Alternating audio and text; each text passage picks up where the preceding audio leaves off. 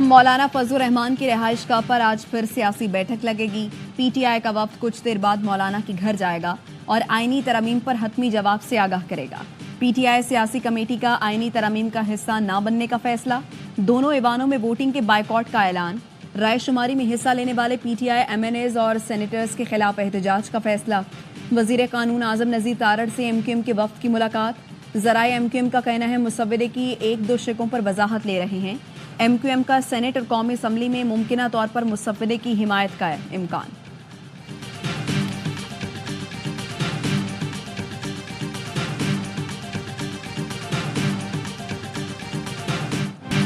چھبیسویں آئینی ترمیم منظور کرانے کی ایک اور کوشش۔ آئینی ترمیم کی منظوری کے لیے وفاقی کابینہ کا اجلاس آج 2:30 بجے ہوگا۔ سینٹ کا اجلاس دوپہر 3 بجے اور قومی اسمبلی کا اجلاس شام 6 بجے ہوگا۔ سینٹ اجلاس کے ایجنڈے میں 26ویں آئینی ترمیم شامل نہیں۔ سینٹ سیکریٹریٹ نے 3 نکاتی ایجنڈا جاری کر دیا۔ ذرائع کا کہنا ہے آئینی ترمیم سپلیمنٹری ایجنڈے کے ذریعے لائی جا سکتی ہے۔ ایجنڈے میں وقفہ سوالات معطل کرنے اور صدارتی خطاب پر تشکر کی تحریک شامل ہے۔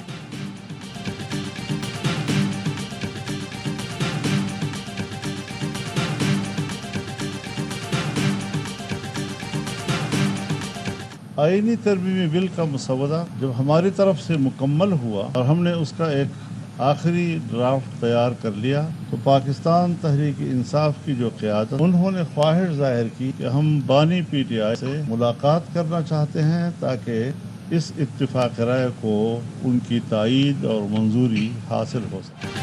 ترمیمی مسودے کے کسی خاص نقطے پر اعتراض نہیں۔ ابتدائی مسودے میں جن نکات پر اعتراض تھا حکومت ان سے دستبردار ہو گئی۔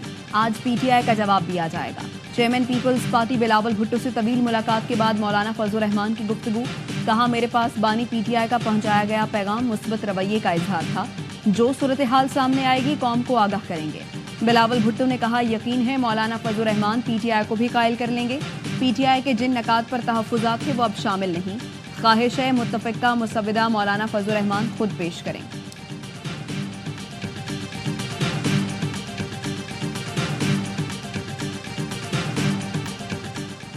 پیپلز پارٹی کی پارلیمانی پارٹی کا مشترکہ اجلاس کچھ دیر بعد ہوگا۔ ذرائع کے مطابق مشترکہ پارلیمانی پارٹی اجلاس کی صدارت بلاول بھٹو کریں گے۔ پی پی پارلیمنٹیرینز کو اجلاس میں شرکت یقینی بنانے کی ہدایت کی گئی ہے۔ رہنما پیپلز پارٹی حسن مرتضیٰ کہتے ہیں آئینی ترامیم آج یا کل منظور ہو جانی ہے۔ اتفاق رائے میں برکت ہے، یہ موقع گوا دیا تو نادان دوست ایک دن سر پکڑ کر روئیں گے۔ بانی پی ٹی آئی ملک کو اپنے غصے اور انتشار کا شکار رکھنا چاہتے ہیں۔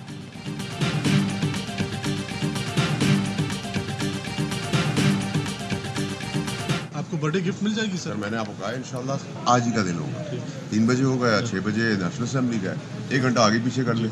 تو جو کہا تھا وہ اللہ کے اوپر شکر ہے۔ اب اس میں بسم اللہ ہم نے کہا تھا کسی کے ساتھ یا کسی کے بغیر۔ جو کہا تھا وہ ہو رہا ہے، کسی کے ساتھ یا کسی کے بغیر آئینی ترمیم آج منظور ہو جائے گی۔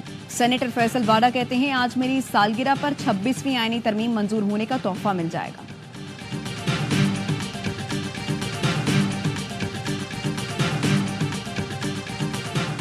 آئینی ترمیم پر اتفاق نہیں، مکمکہ ہو رہا ہے۔ ترمیم سے آئین کو متنازع اور عدالت سے کھلواڑ کیا جا رہا ہے۔ نائب امیر جماعت اسلامی لیاقت بلوچ کہتے ہیں سپریم کورٹ کے سینئر جج کو چیف جسٹس بنایا جائے، وقت کا تقاضا ہے، آئین کو متنازع ہونے سے بچایا جائے۔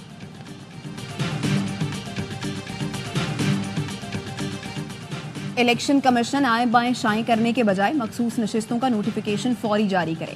عدلیہ کی دوبارہ وضاحت کے باوجود مزید تاخیر برداشت نہیں ہوگی۔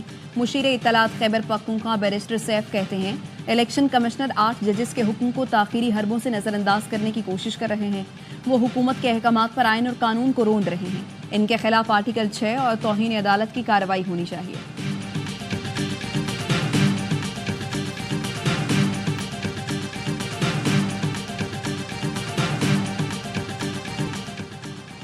پاکستان اور بھارت دونوں کے ساتھ تعلقات کو قدر کی نگاہ سے دیکھتے ہیں۔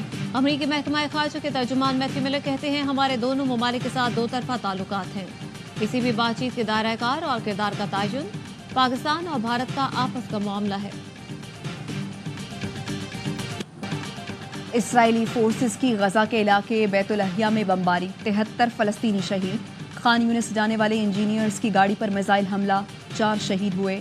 غزہ میں حماس کی مزاحمت جاری، تازہ حملوں میں 2 اسرائیلی فوجی مارے گئے، صہیونی فورسز کا 16 روز سے شمالی غزہ کے 3 علاقوں کا محاصرہ۔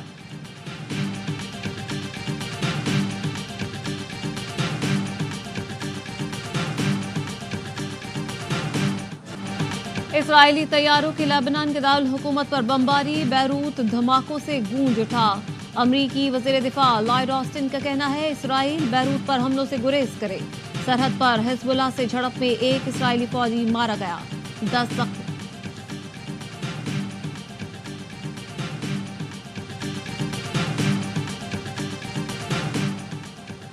غزہ اور لبنان میں اسرائیل مظالم کے خلاف مختلف ممالک میں احتجاج، سینیگال میں ہزاروں افراد کی ریلی، تل ابیب میں مظاہرہ، شرکاء نے کہا یرغمالیوں کی واپسی کے لیے حکومت کچھ نہیں کر رہی، مظاہرین کا غزہ میں فوری جنگ بندی کا مطالبہ۔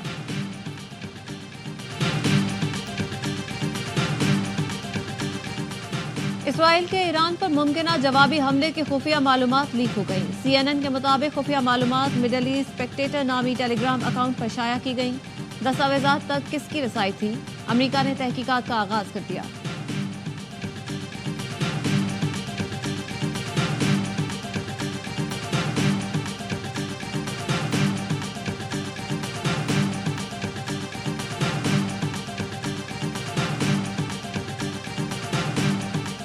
ملک کا سب سے اہم first class tournament Quaid Azam trophy ملتوی، ایونٹ کا آغاز آج سے ہونا تھا لیکن حتمی ٹیمیں اور شیڈیول طے نہیں ہو سکا۔ ذرائع کا کہنا ہے پی سی بی جلد نئی تاریخوں کا اعلان کرے گا۔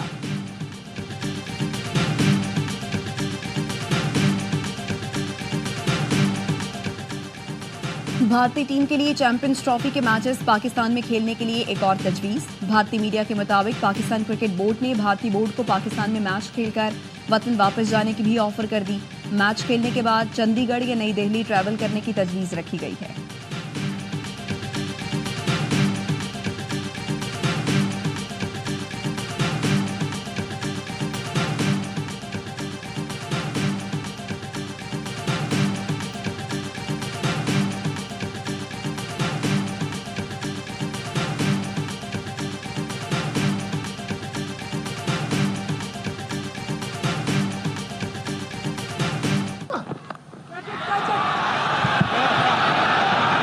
That's straight to the fielder. Just a boundary and over will do, and this is a great shot as well. Oh, what a catch! What an unbelievable take!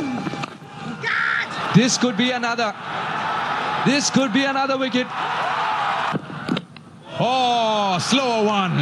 Beats him right through all ends out. Emerging Asia cup T20 کا high voltage مقابلہ، بھارت اے نے پاکستان شاہینز کے خلاف 7 رن سے فتح سمیٹ لی۔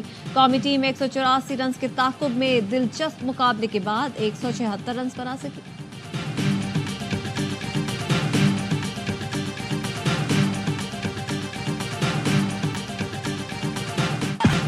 ہوائی جہاز آسمان کی بلندی پر اڑان بھرتے ہیں، مگر پائلٹ کو رہنمائی فراہم کرنے کے ساتھ بحفاظت منزل تک پہنچانے میں ایئر ٹریفک کنٹرولرز کا کلیدی کردار ہوتا ہے۔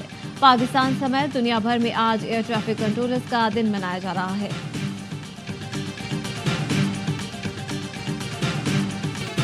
اور نیوزی لینڈ نے 36 سال بعد بھارتی سرزمین پر ٹیسٹ میچ جیت لیا۔ کیویز نے 107 رنز کا ہدف 2 وکٹوں کے نقصان پر حاصل کر لیا۔